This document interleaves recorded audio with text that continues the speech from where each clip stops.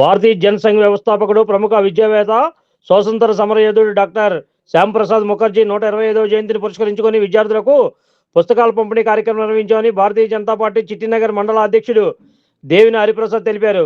సోమవారం చిట్టినగర్ మండలం 48వ డివిజన్ బ్రహ్మంగారి మఠం వద్ద ఉన్న స్కూల్లో స్థానిక బీజేపీ నాయకులు, కార్యకర్తలు శ్యాంప్రసాద్ ముఖర్జీ చిత్రపటానికి పూలమాలలు వేసి నివాళులర్పించారు. ఈ సందర్భంగా ఆయన మాట్లాడుతూ శ్యాంప్రసాద్ ముఖర్జీ 125వ జయంతి పురస్కరించుకొని విద్యార్థులకు నోట్బుక్స్, స్వీట్లు పంపిణీ చేయడం జరిగిందన్నారు. 48వ డివిజన్ 127, 128, 130 బూత్ BLO2తో కలిసి శ్యాంప్రసాద్ ముఖర్జీ జయంతి వేడుకలు నిర్వహించారు. శ్యాంప్రసాద్ ముఖర్జీ చిత్రపటానికి నివాళులర్పించిన వారిలో జనసేన పార్టీ 53వ డివిజన్ అధ్యక్షులు పులిచేరి రమేష్ బాబు, భారతీయ జనతా పార్టీ సీనియర్ నాయకులు పైలా హేమకుమార్, జనసేన పార్టీ నాయకులు ప్రసాద్, బీజేపీ నాయకులు కొరగంటి అరుణ తదితరులు ఉన్నారు.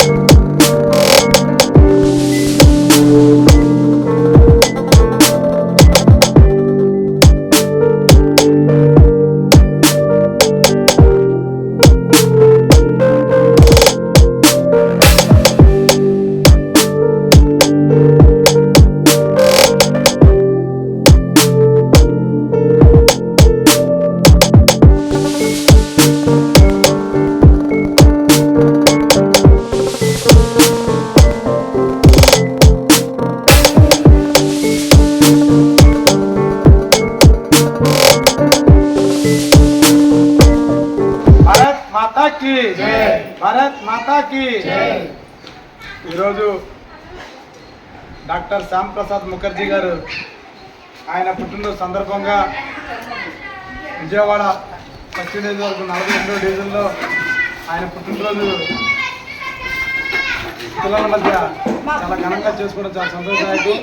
మరి ఆయన పూర్తి ఈ దేశానికి ఈ యువతకు కూడా కావాలని ఈ పిల్లలకి పుస్తకాలు పంపిణీ చేసి వీళ్ళ ద్వారాగా పిల్లలు కూడా 128, 128 బూత్లో ఈ అప్పారావు కనకయ్యమ్మ స్కూల్ ద్వారాగా ఈ డాక్టర్ శ్యాంప్రసాద్ ముఖర్జీ పుట్టినరోజు వేడుకలు చేసుకుంటున్నాం. మరి అలాగే ఈ కార్యక్రమానికి జనసేన పార్టీ నాయకులు పులిచేరి రమేష్ గారు, అలాగే మహిళా నాయకురాలు అరుణ గారు, బీజేపీ నాయకులు పైలా హేమకుమార్ గారు, కొరగనేశ్వరరావు గారు, ప్రసాద్ గారు, మా మిత్రులు, అలాగే ఇక్కడ ఉన్నటువంటి కార్యకర్తలు అందరూ పాల్గొన్నారు. చాలా సంతోషదాయకం.